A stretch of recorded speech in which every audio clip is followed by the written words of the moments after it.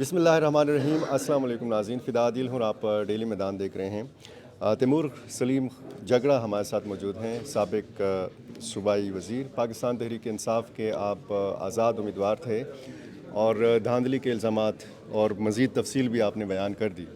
ये बताइए कि ये तहरीक जाकर ठहरेगी कहाँ पर, और जिस तरीके से मुतल्लिका फ़ोरम्स मौजूद हैं और कल हमने पेशावर में देखा कि पूरा पेशावर जाम रहा, तो आपको लगता है कि ये तरीका जो है ये मौसर है और इस तरीके से आप इंसाफ हासिल कर सकेंगे? क्योंकि उन्हीं आम लोगों ने आपको वोट दिया है कि जो आम लोग कल ख्वार हुए हैं सड़कों के ऊपर। जो रोड ब्लॉकेज की बात है, उस पे मैंने भी और अरबाब शेर अली ने माजरत भी मांगी है। और ये देखिए, मैं उस पे सिर्फ ये कहता हूँ कि जहाँ जहाँ लोगों का मैंडेट चोरी हुआ है ना, और जो इनएक्शन है, उसके बाद चीफ सेक्रेटरी साहब भी एक्शन ले सकते हैं, कमिश्नर भी ले सकते हैं, आईजी भी ले सकते हैं। किसी ने एक्शन नहीं लिया, 7 दिन हो गए। वजह क्या? वजह क्या है? मैं तो यही कह रहा हूँ, या तो सिंपल वजह ये होती है कि सीनियर जो ब्यूरोक्रेट्स होते हैं वो ऐसे टाइम में अपने आप को इशूज से दूर रखने की कोशिश करते हैं, और मैं उनको यही बता रहा हूँ, आप दूर रह नहीं सकते। ये आपकी एडमिनिस्ट्रेटिव रिस्पॉन्सिबिलिटी है। चीफ सेक्रेटरी की एडमिनिस्ट्रेटिव रिस्पॉन्सिबिलिटी है कि इलेक्शन के दिन उनके मातहत जो इंतज़ामिया है वो कानून के मुताबिक अपनी ड्यूटी करे। यहाँ के डीसी ने नहीं की। बज़ाहिर लगता ये है कि उनके मातहत ये सारी रिगिंग हुई। एसएसपी ऑपरेशंस और सीसीपीओ रात वहाँ पे मौजूद थे। ये मैं जो है, जो बज़ाहिर नज़र आ रहा है वो फैक्ट्स आपको बता रहा हूँ। तो उनसे सवाल पूछना मेरा और आवाम का हक है, और चीफ सेक्रेटरी के थ्रू और आईजी के थ्रू ही पूछूंगा ना, तो जवाब देना, और अगर गलती हुई है और ख़ुद सवाल पूछना, ये उनकी रिस्पॉन्सिबिलिटी है। क्योंकि अगर वो दूर रहते हैं तो फिर वो अपने आप को इंक्रिमिनेट कर रहे हैं, लेकिन बाकी चीज़ वापस प्रोटेस्ट पे आते हैं। ना सिर्फ हमने माजरत मांगी, आज मैंने शेर अली से बात की कि वो डिस्ट्रिक्ट के प्रेसिडेंट से, कि सड़क नहीं बंद करते, प्रोटेस्ट हमारा हक है, लेकिन जो चंद किरदारों ने पेशावर के अवाम का मैंडेट चोरी किया है उसके बदले में हमें अवाम को तकलीफ़ नहीं देनी चाहिए। और इसलिए आज उन्होंने शायद डीसी के ऑफिस के बाहर, क्योंकि डीसी डीआरओ थे, वहाँ पे एहतजाज का ऐलान किया। कोई इतला है, क्योंकि आप तो किसी और मामले में फंसे हुए हैं, कि यहाँ पे हुकूमत साजी के लिए जो एक मुश्किल सूरत हाल है उसका हल क्या है? सेंटर में या नहीं, केपी में। केपी में तो हुकूमत साजी मुश्किल कोई इशू ही नहीं है। नहीं, अक्सरियत में तो आप हैं, लेकिन किसी सियासी जमात में शमूलियत वो तो हो जाएगा। बज़ाहिर लगता ये है कि जो फैसला हम ले लें उसके खिलाफ एक काउंटर एक्शन आ जाता है। जैसे मिसाल के तौर पे जमात इस्लामी के साथ मेरी इन्फॉर्मेशन के मुताबिक मामलात तय हो गए थे, लेकिन जैसे ही हो गए वो उनको जो 2 सीटें उनके खाते में लिखी गई थी उस पर रिकाउंटिंग हो के वो एज़ पर मेरिट पीटीआई को दे दी गई। तो जो वहाँ पे एक मकसद था रिस्क कम करने का, कि जो पार्टी के साथ इल्हाक करें उसकी सीटें हो असेंबली में, वो रिस्क थोड़ा एक्सपोज हो गया, क्योंकि फिर उसमें कोर्ट ने फैसला करना है। हालांकि जो हमें वकीलों ने बताया है कि जो पार्टी अगर रजिस्टर्ड हो तो उसको सीट्स रिज़र्व मिलनी चाहिए।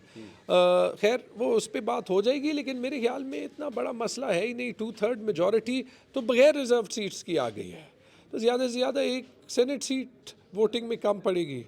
यहाँ पे इतना कुछ बर्दाश्त किया जो मुझे थोड़ा सा, जीत है। क्योंकि मैं पार्लिमानी उमूर से ज़्यादा वाकफियत नहीं रखता, ऐवान को अधूरा छोड़ा जा सकता है? ये रिज़र्व सीट जो हैं ये कहाँ जाएंगी? वो फिर होगा ये मेरे ख्याल में कि लेट्स से तकरीबन जिसका भी एक भी एमपीए है उसके पास 3-3 4 जिसके मिल के ऑपोजिशन के लेट्स से 20 एमपीएज हैं, उनको फिर 30 रिजर्व सीट्स मिलेंगी। तो ख़वातीन ऑपोजिशन की जो है वो मर्दों से ज़्यादा होंगी। तो ये जो मतलब जेंडर बैलेंस में तो ये एक बड़ा अच्छा मेरे ख्याल में ऑपोजिशन की काबिलियत में इजाफा हो जाएगा। लेकिन मेरे ख्याल में इन दिस पर्टिकुलर केस माजरत के साथ ये जमहूरियत के साथ एक मजाक होगा। आप समझते हैं कि जमात इस्लामी के ऊपर भी प्रेशर था? No comment. अच्छा। ये जमात इस्लामी कह सकते हैं। मैं इसलिए कह रहा हूँ क्योंकि जो 2-3 उन्होंने स्टेप्स लिए हैं वो काबिल दीद हैं। जो उनके कराची के मेयर नईमुर रहमान साहब ने ऑन प्रिंसिपल सीट छोड़ी, जो यहाँ पे उनके कैंडिडेट्स ने हमारे हक में बयानात दिए। हमारी सियासत में नॉर्मली तलखी इतनी रहती है कि कोई जो है सच भी किसी और के हक में नहीं बोलता। वो उन्होंने कहा तो जिन वजूहात से उन्होंने बैक ऑफ किया या बैक ऑफ अगर 100% नहीं भी किया तो ये कह दिया कि अभी कोई डील साइन नहीं हुई, तो उसमें बेहतर है कि जमात इस्लामी ही कमेंट करे। आपके हवाले से एक तासुर था कि आप वजारत आला के उम्मीदवार हैं, ठीक है। आप MPA भी आपको नहीं MPA भी मुंतखब नहीं हूँ, तो नहीं मैं किस- होने दिया गया। आपका अली अमीन गंडापुर से रब्ता हुआ है? अली अमीन ख़ान से रब्ता हुआ है, व्हाट्सएप पे हुआ है, क्योंकि उनके वालिद की डेथ हुई थी, उसके लिए अफसोस का मैसेज भी भेजा था। उनके भाई फैसल से भी रब्ता हुआ था, दोनों को मुबारकबाद के मैसेजेस भी भेजे हैं। जब इमरान ख़ान एक फ़ैसला कर लें तो वो फ़ैसला जो है वो पूरी पार्टी का फ़ैसला होता है। ऐसे उसमें वोट इमरान ख़ान का है, वज़ीर आला का उम्मीदवार इमरान ख़ान का है। हमें सिर्फ ये जो है वो इंश्योर करना है कि ये जो तारीख़ी मैंडेट मिला है, जो कभी शायद दोबारा तारीख़ में मिल ही नहीं सकता, किसको दोबारा 90% सीटें मिलेंगी जब हवा नहीं तूफ़ान उनके ख़िलाफ़ जो है वो जा रहा हो।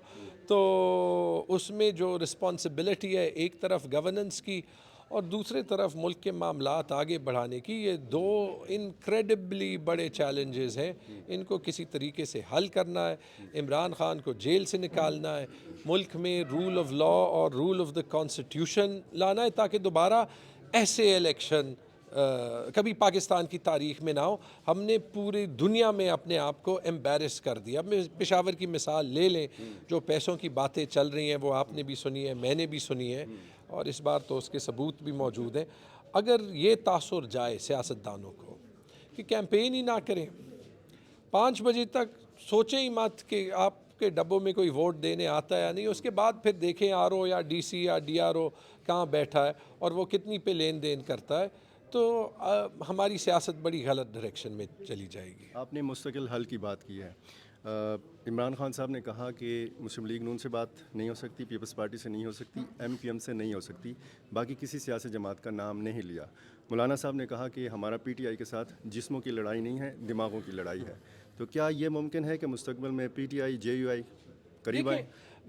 मेरी जो राय है वो ये है कि इन 3 पार्टी से हुकूमत बनाने पे बात नहीं हो सकती। मेरे से बहुत से लोगों ने ये पूछा है कि आप बात क्यों नहीं करते, तो मैंने कहा पार्लियामेंट में हम बैठेंगे, पार्लियामेंट फोरम ही बात करने का है। इस चीज़ पे तो सब ने बात करनी है, सब सियासतदानों ने बात करनी है कि हम सियासत कैसी चाहते हैं। मैं इस वक्त चूँकि ANP और JUI ने एक स्टांस लिया है डेमोक्रेसी की हद के हक में, तो मैं सख्त बात नहीं करना चाहता। इनफैक्ट दोनों के सरबराह ने मेरी सीट पे धांधली का स्पेसिफिक जिक्र किया है, लेकिन उनके लिए भी टेस्ट ये है कि जो ये अभी बात कर रही हैं इसलिए कर रहे हैं कि जो मदद उनको उनके ख्याल में मिलनी थी वो नहीं मिली।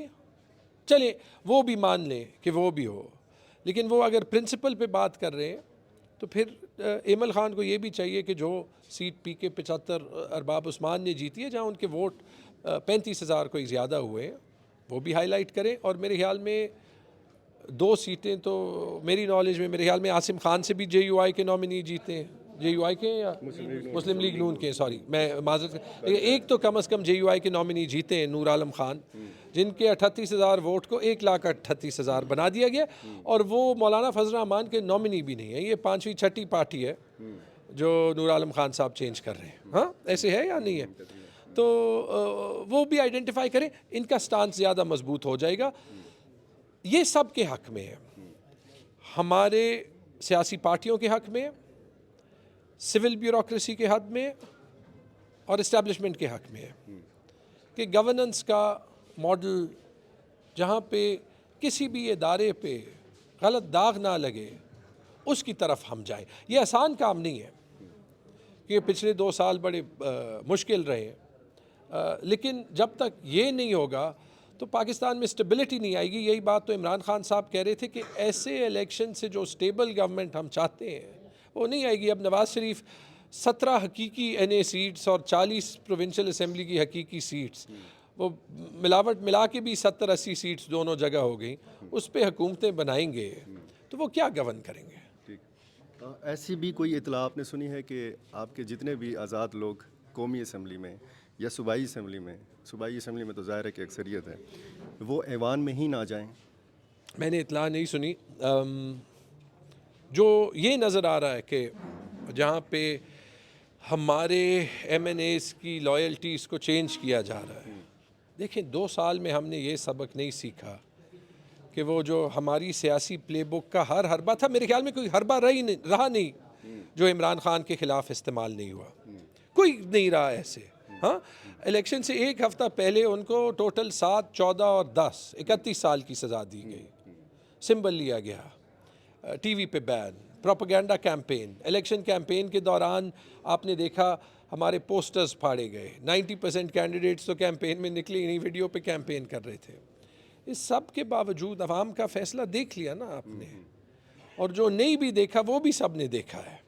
पंजाब में जहांगीर तरीन साहब ने, KP में परवेज़ खटक साहब ने PTI को तोड़ने की कोशिश की, तो आपको लगता है कि जो आपके इलेक्टेड लोग हैं उनमें ऐसे भी लोग हैं कि जो कमज़ोर हैं, कि जिनकी वफादारी चेंज की जा सकती है? ये तो हर बंदा जवाब दे सकता है। मेरे ख्याल में KP में इंशाअल्लाह नहीं होगा।